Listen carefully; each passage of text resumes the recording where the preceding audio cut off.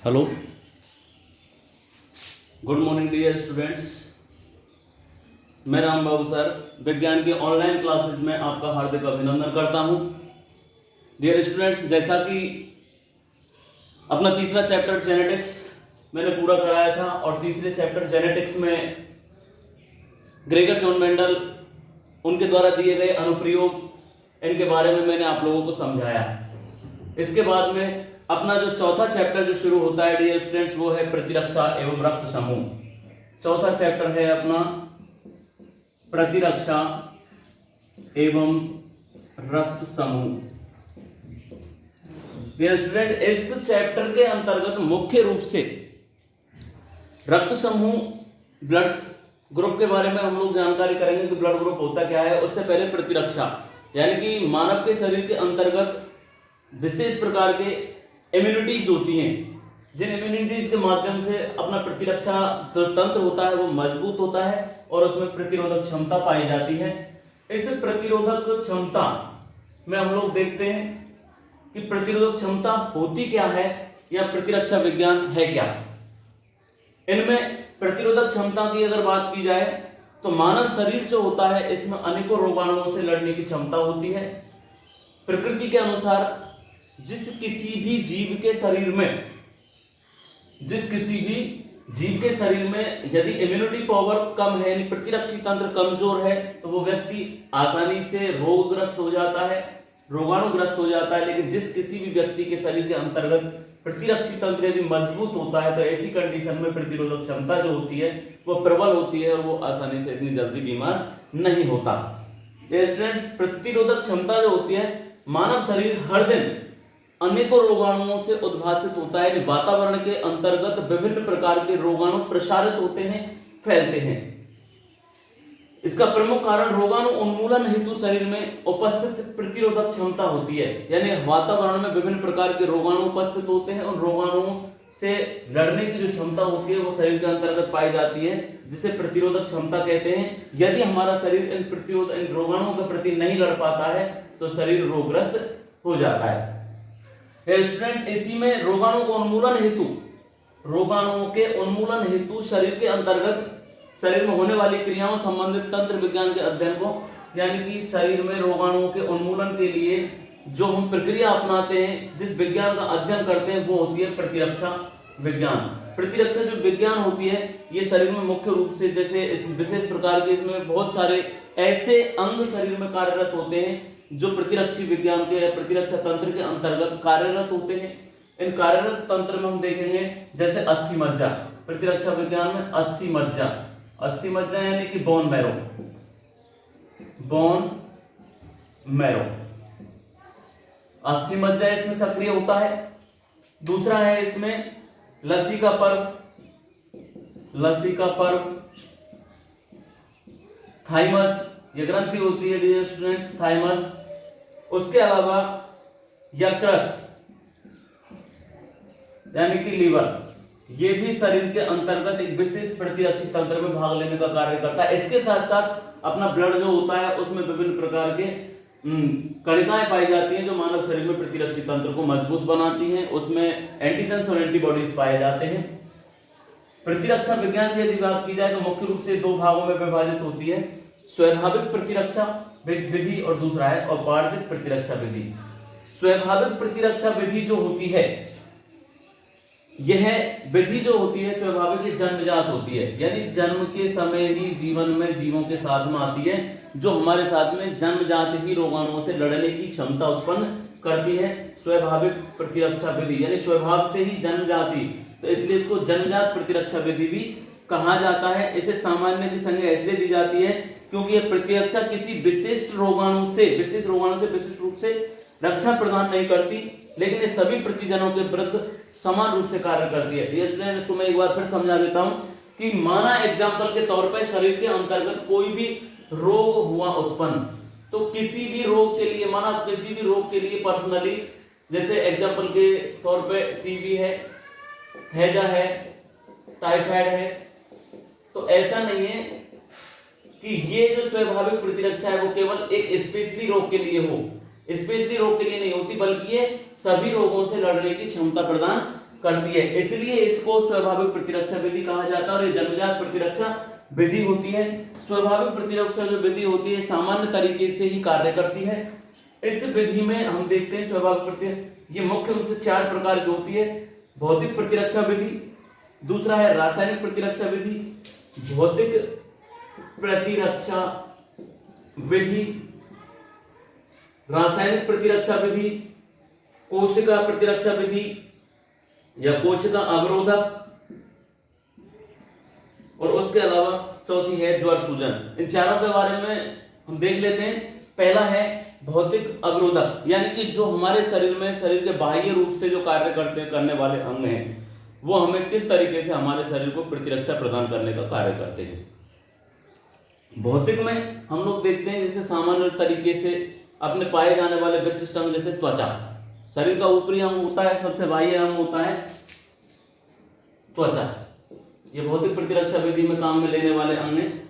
इनमें त्वचा, नासिका छिद्रों तथा अन्य अंगों पर नासिका छिद्रों में पाए जाने वाले महीन रोम यानी पक्षमार्ग नासिका छिद्र, इनके अलावा श्लेष्म उपकला, कशाप और श्लेष्म उपकला। ये क्या है? ये सभी जो अंग दिए हुए हैं शरीर में, जीवों के में, ये सभी अंग मानव के शरीर में भौतिक प्रतिरक्षा विधि का कार्य करते हैं। इन भौतिक प्रतिरक्षा विधि में डियर स्टूडेंट, इसमें हम देखते हैं भौतिक का मतलब होता है जो फिजिकली जो हमें सामने से दिखाई दे रहा है, सामने से हमारे शरीर में त्वचा हमारे शरीर में प्रतिरक्षा का कार्य करती है। विभिन्न प्रकार के शरीर से अपशिष्ट पदार्थों को उत्सर्जित करने का ये कार्य करती है, इसलिए ये क्या है? भौतिक, यानी बाहर से जो फिजिकली रूप से मिले। दूसरा नासिका पक्षाओं, नासिका यानी नाक के अंतर्गत पाए जाने वाले महीन रोम धूल मिट्टी और रोगाणुओं को जाने से रोकने का कार्य करते हैं। काशाब, ये काशाब जो होता है ये श्लेष्म उपकला के साथ में सक्रिय रहता है।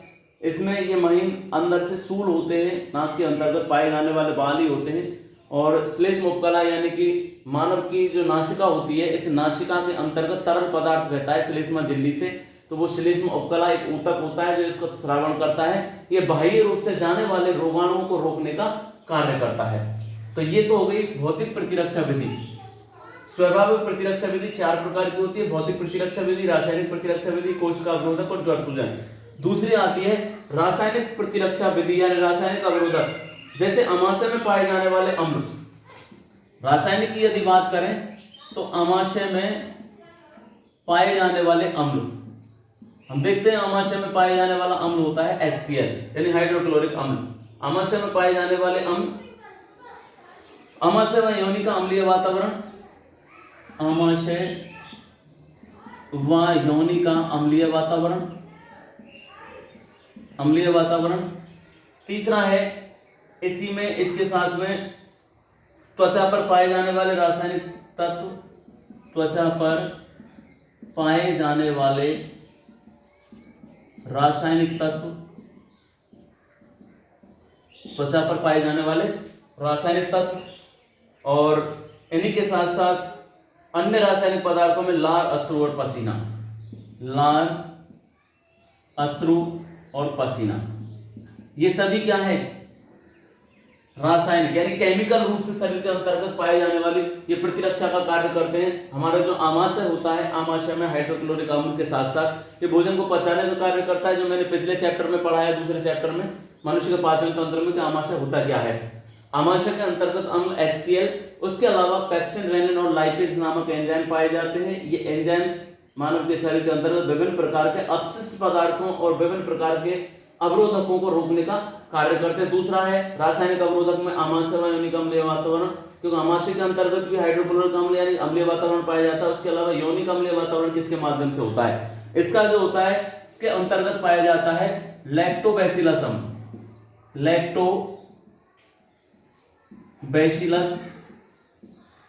अम्ल, लैक्टोबैसिलस अम्ल पाया जाता है। त्वचा पर पाए जाने वाले रासायनिक तत्व, मानव की त्वचा पर विभिन्न प्रकार के ऐसे अपशिष्ट पदार्थ पाए जाते हैं जो पसीने के साथ में बाहर निकाले जाते हैं। उनके अलावा मनुष्य की लार, इसमें अपशिष्ट पदार्थ निकलते हैं, विभिन्न प्रकार के जो बैक्टीरियल प्रभाव होते हैं वो बाहर आते हैं। आंसू, ये भी हमारे मानव शरीर का क्या है? एक अश्रु अपशिष्ट के रूप में आता है, और पसीना। तो ये पसीने के माध्यम से हमारे विभिन्न प्रकार के नाइट्रोजन वर्ज्य पदार्थ जो होते हैं मूत्रोत्सर्जन के साथ में तो होते ही, उसके अलावा यूरिया, यूरिक अम्ल वगैरह जो भी होते हैं मानव के शरीर के पसीने के साथ में सोडियम क्लोराइड वगैरह जो होता है, ये यहाँ पे केमिकल रूप से बाहर निकलता है। तो ये हो गया रासायनिक प्रतिरक्षा विधि। तीसरी है इसमें कोशिका अवरोधक, और कोशिका अवरोधक में भक्षकाणु में करने वाली यानी रोगाणुओं को भक्षण करने वाली जो होती हैं, इनमें विभिन्न प्रकार की सक्षम कोशिकाएं होती हैं। इन कोशिकाओं की यदि मैं बात करूं तो इनमें मुख्य रूप से कोशिका अवरोधक में अगर हम देखें तो कोशिका अवरोधक के अंतर्गत मुख्य रूप से मोनोसाइट, न्यूट्रोफिल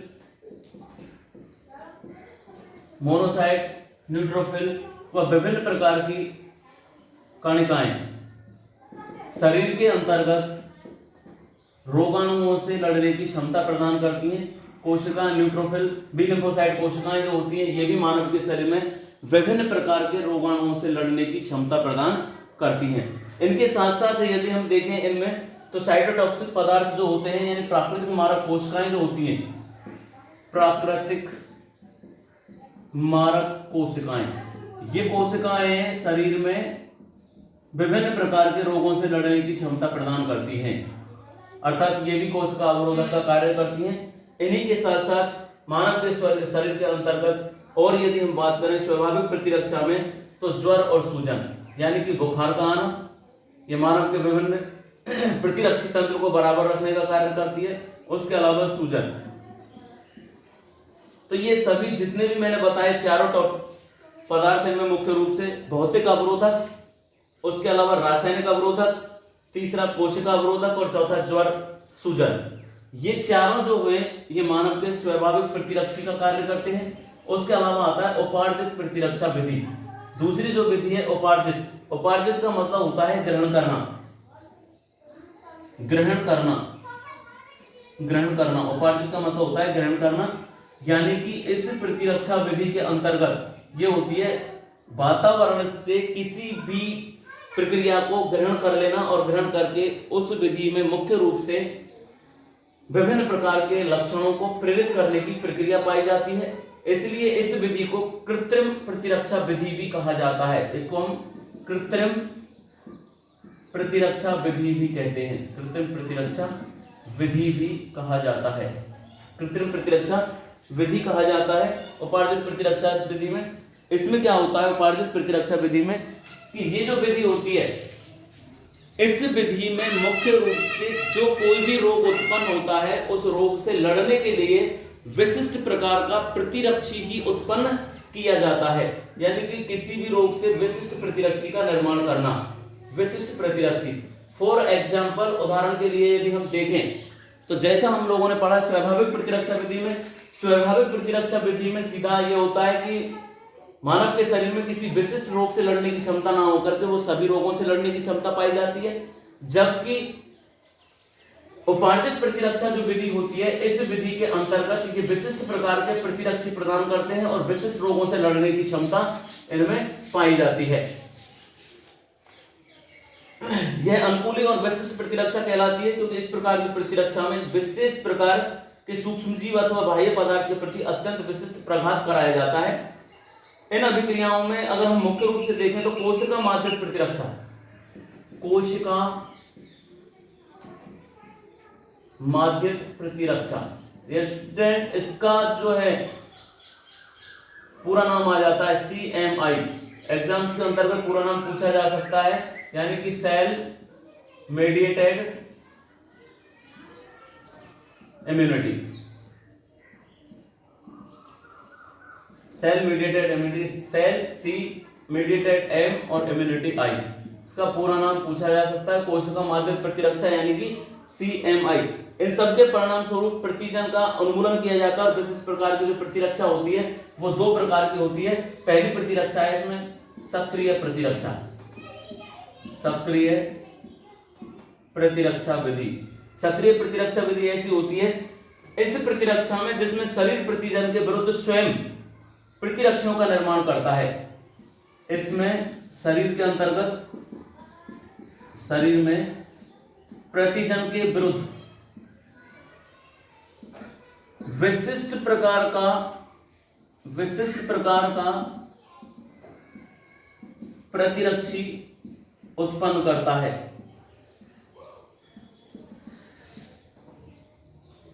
सक्रिय प्रतिरक्षा में शरीर में प्रतिजन के विरुद्ध विशिष्ट प्रकार का प्रतिरक्षी उत्पन्न होता है या निर्माण करता है। यह प्रतिरक्षा केवल उस विशिष्ट प्रतिजन के लिए होती है जिसके विरुद्ध प्रतिरक्षी का निर्माण होता है। यानी कि सीधा सा है इसमें कि माना कोई भी रोग उत्पन्न हो रहा है, फॉर एग्जांपल जैसे टीबी, इस रोग का प्रतिजन जो उत्पन्न हुआ है इसमें, इसके प्रतिजन के विरुद्ध विशेष प्रकार का प्रतिरक्षी कार्यरत होता है। यह प्रतिरक्षी उत्पन्न किया जाता है इसमें। तो इसके अंतर्गत माना एग्जांपल के तौर पे किसी भी पेशेंट को टीबी का रोग हुआ तो इस टीबी रोग के लिए एक विशेष प्रकार का प्रतिरक्षी मानव के शरीर में ही निर्मित होता है। जबकि दूसरा है इसी में निष्क्रिय प्रतिरक्षा। निष्क्रिय प्रतिरक्षा ठीक इसके विपरीत होती है। निष्क्रिय प्रतिरक्षा में क्या होता है कि इस प्रकार का जो प्रतिजन प्रतिरक्षी होता है, ये जो प्रतिरक्षी होता है इसमें माना टीबी है, इसके लिए बाह्य रूप से इंजेक्टेड किया जाता है रोगाणु के लिए। ये रोगाणु है इसका, इस रोगाणु को समाप्त करने के लिए, इस टीबी रोग को समाप्त करने के लिए बाहर से प्रतिजन प्रतिरक्षी दिए जाते हैं।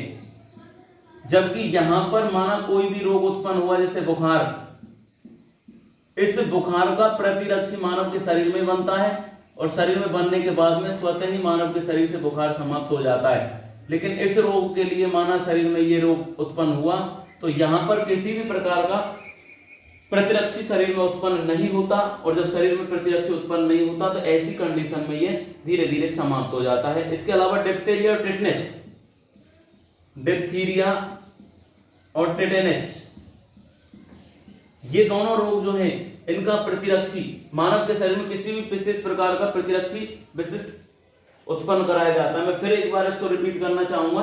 सक्रिय प्रतिरक्षा और निष्क्रिय प्रतिरक्षा। उपार्जित प्रतिरक्षा विधि दो प्रकार की होती है, सक्रिय प्रतिरक्षा विधि और निष्क्रिय प्रतिरक्षा विधि। सक्रिय प्रतिरक्षा विधि जो होती है इसमें शरीर में ही प्रतिजन के विरुद्ध, यानी कि शरीर में कोई रोग उत्पन्न हुआ उस रोग का जो प्रतिजन है, इस प्रतिजन के विरुद्ध शरीर में ही क्या उत्पन्न हो जाता है, प्रतिरक्षी उत्पन्न हो जाता है। इसके विरुद्ध शरीर में ही उत्पन्न हो जाता है, इसलिए शरीर में ही समाप्त हो जाएगा। लेकिन निष्क्रिय प्रतिरक्षा में क्या होता है कि माना कोई भी रोग उत्पन्न हुआ जैसे डिप्थीरिया और टिटेनस, ये रोग जब उत्पन्न होते तो इनका प्रतिरक्षी मानव के शरीर में नहीं बनता। ऐसी कंडीशन में बाहर से प्रतिरक्षी शरीर के अंदर प्रविष्ट कराए जाते हैं और तब जाकर के इन रोगों से निजात पाई जाती है। तो डियर स्टूडेंट, मेरा जहां तक मानना है उसके अनुसार यदि हम देखें तो इस कंडीशन में हम देखते हैं कि प्रतिरक्षा क्या होती है, यानी कि मानव के शरीर में बाह्य रोगाणुओं से लड़ने की क्षमता होती है जिसको हम प्रतिरक्षा कहते हैं। इन रोगाणुओं से लड़ने की जिस विज्ञान के अंतर्गत हम अध्ययन किया जाता है वो इसका प्रतिरक्षी विज्ञान कहा जाता है। ये प्रतिरक्षा के लिए दो विधियां होती हैं। इन दोनों विधियों में एक स्वाभाविक प्रतिरक्षा विधि होती है तो दूसरी कृत्रिम प्रतिरक्षा विधि होती है, या उपार्जित प्रतिरक्षा विधि भी कह सकते हैं। स्वाभाविक प्रतिरक्षा विधि जो होती है वो प्राकृतिक कहलाती है। प्राकृतिक प्रतिरक्षा विधि होती है जो प्राकृतिक तरीके से ही मानव के शरीर में उत्पन्न होती है, जो हमने 4 तरीके से पढ़ी। इनके अलावा जिनमें चारों प्रकार भौतिक अवरोधक के थे, रासायनिक अवरोधक के थे, कोशिका अवरोधक था और ज्वर और सूजन।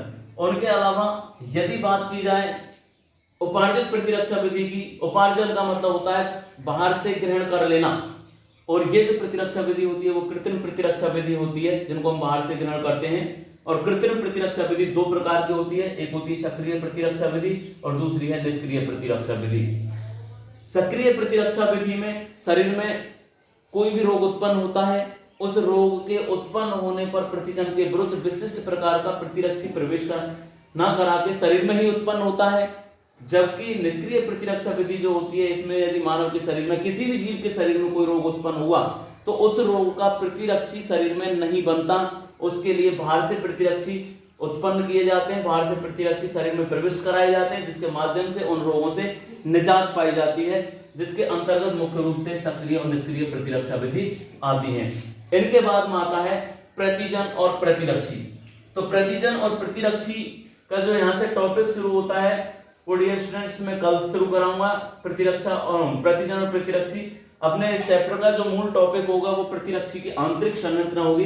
प्रश्न आता है हर वर्ष 1 साल के अंतराल के अंतर्गत इसका प्रश्न बनता है कि मानव के शरीर में प्रतिरक्षा या प्रतिरक्षा विधि होती क्या है, मानव शरीर के प्रतिरक्षा तंत्र को सचित्र समझाइए। उसके बारे में हम लोग कल अध्ययन करेंगे। जहां तक मैंने ये कराया डियर स्टूडेंट्स, उसको आप घर पर बैठ के याद करें और इसका जो नोट्स है वो कॉपी के अंतर्गत नोट डाउन करें। घर में रहें, सुरक्षित रहें। धन्यवाद।